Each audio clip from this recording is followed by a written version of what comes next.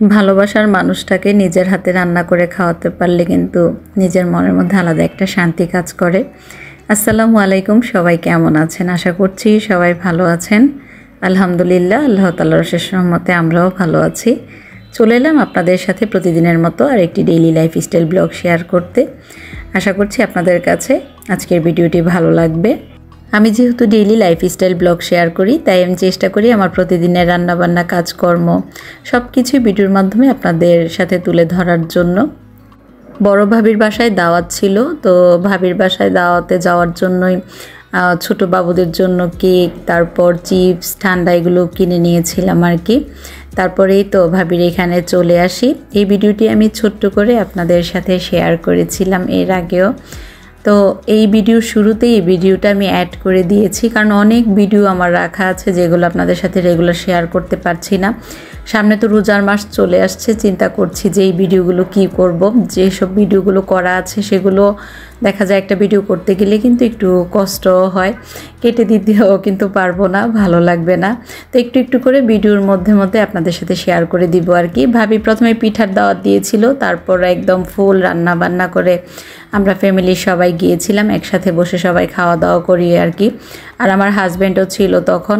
তো যতদিন হাজব্যান্ড ছিল ততদিন তো বুঝেনি যে শ্বশুরবাড়িতে এরকম দাওয়াত চলবেই। আর এবার আমার হাজব্যান্ড অনেক কম সময় নিয়ে এসেছে বাংলাদেশে। উনি বিশেষ করে একটু ট্রিটমেন্টের জন্য এসেছিল আর কি। তো সেই কারণে খুব বেশি বাইরে যে সময় দিতে পেরেছে এমনটা না।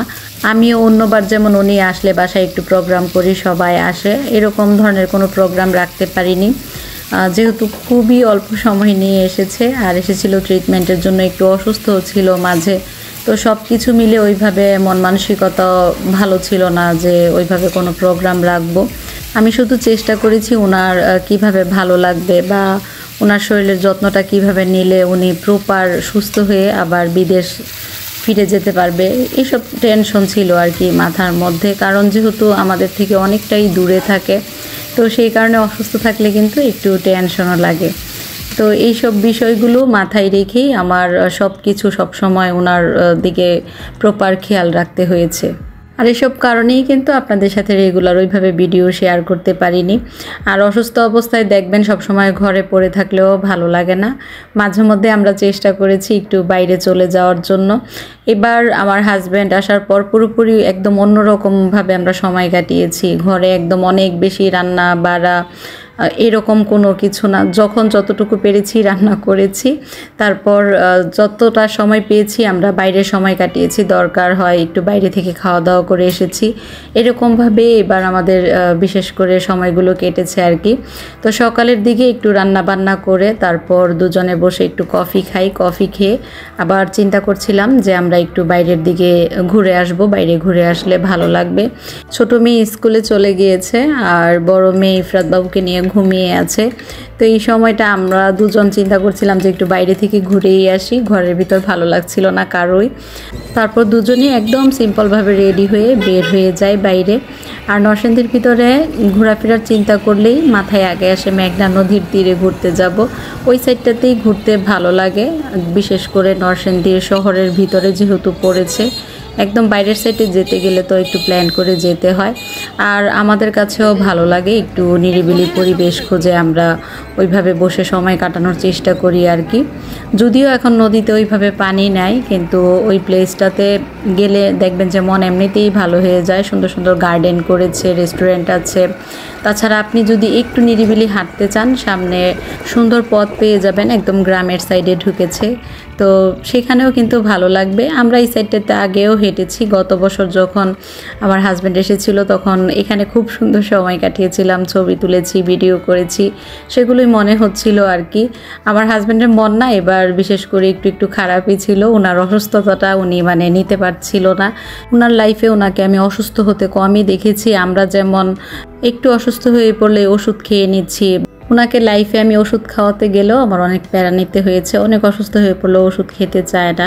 তো এটা শরীরের জন্য আমি মনে করি যে ভালোই, যারা মেন্টালি একটু স্ট্রং থাকে নিজেকে অসুস্থ মনে করে না বা সবসময় প্রপার সুস্থতার মধ্যে থাকতে চায়। আমি মনে করি যে এই ধরনের মানসিকতা রাখলেই ভালো। আমি যেমন অল্পতেই আমার চোখ দিয়ে পানি চলে আসে, একটু অসুস্থ হলেই মনে হয় যে না, এই মনে হয় পৃথিবী ছেড়ে চলে যাব, তো ওনার মধ্যে এমনটা আমি দেখি না। তো যাই হোক, আমরা ওই রাস্তা ধরে হাঁটতে হাঁটতে একটু সামনে গিয়ে তারপর আবার ব্যাক করে সামনে যে পার্কটা ছিল পার্কের ভিতরে চলে আসি আর কি। সেই রাস্তাটা ধরে হাঁটতে গিয়ে দেখি রাস্তার এমন একটা অবস্থা হয়ে আছে, মানে আগে যেমন সুন্দর ক্লিন একটা রাস্তা পেয়েছিলাম এবার তেমন মনে হলো না আর কি। আর যেহেতু নতুন রাস্তা হচ্ছে, এখন যে সিজনটা আছে এই সিজনেও কিন্তু একটু ধুলাবালি বেশি পরিমাণে হয়ে থাকে, সেই কারণে হয়তো বা এরকম হয়ে আছে আর কি। সামনে হয়তো বা আরও সুন্দর হয়ে যাবে। তো আমরা ওই রাস্তার অপোজিটে নরসিংদী গোল্ডেন স্টার পার্কে এসে কিছুটা সময় কাটাই দুজনে মিলে বসে। তো এই জায়গায় কিন্তু ভালোই লাগছিল, রঙিন ছাতা নগরীও বলা চলে। নরসিংদী গোল্ডেন স্টার পার্ক, তারপর সানফ্লাওয়ার গার্ডেন, আপন গার্ডেন, এইসব গার্ডেনগুলোতে কিন্তু এখন বিভিন্ন জেলা থেকে শুটিংও করতে আসছে। তো আজকে কিন্তু এসে আমরা প্রায় কয়েকটা শুটিংই দেখেছি, সবগুলো যদিও ভিডিওতে ক্যাপচার করিনি। কয়েকটা নাটকের শুটিং দেখছিলাম, তারপর মনে হয় ভিডিও কোনো সঙের শুটিং হবে, সেগুলোই দেখছিলাম আর কি। তো নরসিংদী গোল্ডেন স্টার পার্কের আরেকটা সাইডে আবার সূর্যমুখী বাগান করেছে। এই ব্রিজটার থেকে বাগানটা এত সুন্দর লাগছিল দেখতে, একবার আমি ব্রিজের দিকে তাকাচ্ছিলাম, একবার বাগানের দিকে তাকাচ্ছিলাম। তো সব কিছু মিলে খুব সুন্দর সময় কাটিয়েছি। এই পার্কের ছোট্ট একটা ভিডিও আপনাদের সাথে শেয়ার করেছি, আমার শর্টস ভিডিওতে দেখে নিতে পারেন। ফুল ভিডিওটা আমি শেয়ার করেছি, আপনাদের কাছে খুবই ভালো লাগবে। একদম খুব সুন্দর একটা পরিবেশ এই পার্কের, আমার কাছে তো খুবই ভালো লাগে। চারিদিকে শুধু ফুল আর ফুল। পার্কের যে থিম সেটা তো আছেই, এর পাশাপাশি যে ফুলের সৌন্দর্যটা আপনারা উপভোগ করতে পারবেন, এটা আপনাদের একদম মনকে ছুঁয়ে যাবে। আমার তো খুবই ভালো লাগে। তো আমরা কিন্তু অনেকটা সময় পার্কের ভিতর হাঁটাহাঁটি করি, বিশেষ করে আমরা কিন্তু এটার ভিতরে হাঁটতেই এসেছি, যে সময়ও কাটাবো দুজনে, একটু হাঁটাহাঁটি করব, তারপর কিছু কিছু রাইডেও উঠি আমরা একটু সময় কাটানোর জন্য, আমাদের কাছে যেন ভালো লাগে। আর মেয়েদেরকে অনেক বেশি মিস করছিলাম, জানতাম না যে পার্কের ভিতরেই আসব, ভেবেছিলাম যে বাইরে থেকে একটু ঘোরাঘুরি করে চলে যাব। তারপর আবার আমার হাজব্যান্ড বলছিল যে সমস্যা নেই, মেয়েদেরকে আবার নিয়ে আসব। উনি এখন কি হয়েছে, আমাকে নিয়েও একটু একান্তে সময় কাটাতে পছন্দ করে, বলে যে মাঝে মধ্যে তুমি একসাথে বের হয়ে একটু সময় কাটাবো। তো আমিও চেষ্টা করি সেভাবেই প্রপার ওনাকে সময় দেওয়ার জন্য, যেহেতু অনেক দিন পর পর বিদেশ থেকে আসা হয়। আর মেয়েরাও তো এখন একটু বড় হয়ে গিয়েছে, ওইরকম ছোট নাই যে কোলে করে নিয়ে হাঁটবো। তো মাঝে মধ্যে মেয়েদের নিয়ে বের হই, মাঝে মধ্যে দুজন এরকম বাইরে বের হয়ে যেতাম আর কি। এভাবেই সুন্দর কিছু সময় কাটিয়েছি আর সুন্দর স্মৃতি হয়ে রয়েছে। তো রাতের দিকে চিন্তা করছিলাম কি রান্না করে দিব, চিন্তা ভাবনা করতে করতে তারপর মনে হলো যে ফ্রিজে একটা আস্ত খাসির লেগ পিস আছে, সেটাই রান্না করে দিই। এটা অবশ্য আমার ইচ্ছে ছিল একটু রোস্টের মতো করে রান্না করে দেওয়ার জন্য, কিন্তু আমার হাজব্যান্ড একটু ঝাল মাংস, ভাত, এই ধরনের খাবারগুলো পছন্দ করে। তো চিন্তা করলাম যে উনার যেভাবে ভালো লাগে সেইভাবেই রান্নাটা করে দিই।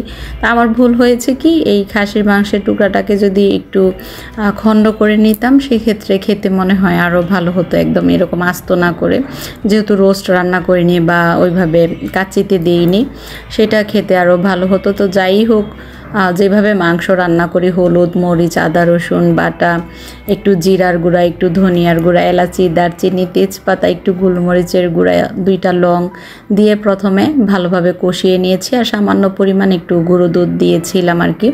নামানোর আগে সামান্য পরিমাণ একটু সুন্দর স্মেলের জন্য একটু ঘি দিয়ে দিবেন। জাস্ট একদম সিম্পলভাবে রান্না করে নেবেন, দেখবেন যে খাসির মাংস খেতে খুব বেশি ভালো হয়। আমি খুব সিম্পলভাবেই রান্নাবান্নাটা করে নিলাম আর আপনাদের সাথে একটু একটু করে শেয়ার করছিলাম আর কি। রান্নাবান্না আমি সাধারণত আমার হাজব্যান্ড যখন থাকে ওনার পছন্দ মতো করেই করার চেষ্টা করি। আমি এখন যেহেতু রেগুলার আপনাদের সাথে বড় ভিডিওগুলো শেয়ার করতে পারছি না, তাই চেষ্টা করি প্রতিদিনই একটা শর্ট ভিডিও দেওয়ার জন্য। যারা বড় ভিডিও মিস করছেন তারা অবশ্যই ছোট ছোট ভিডিওগুলো দেখে নিতে পারেন। প্রতিদিনের আমার ডেইলি রুটিনগুলো একটু একটু করে শেয়ার করার চেষ্টা করছি আর কি, যেন একবারে প্রপার ভিডিও বন্ধ না থাকে। যেদিন আমি ভিডিও করতে পারছি না সেদিন দেখা যায় ছোট্ট একটা ভিডিও হলো আপনাদের সাথে শেয়ার করে দিচ্ছি। তো এই তো আমি এদিকে সালাদ কেটে নিয়েছি, আর খাসির পিসটা আমি সুন্দরভাবে প্লেটে সার্ভ করে তারপর আমার হাজব্যান্ডকে দিয়ে দিলাম। আর আপনাদের কাছ থেকে আজকের মতো ভিডিও থেকে বিদায় নিয়ে নিচ্ছি। সবাই সুস্থ থাকবেন, ভালো থাকবেন। আশা করছি আজকের এই ছোট্ট ভিডিওটি আপনাদের কাছে ভালো লেগেছে। যদি ভালো লেগে থাকে লাইক কমেন্ট শেয়ার করতে ভুলবেন না যেন। ধন্যবাদ।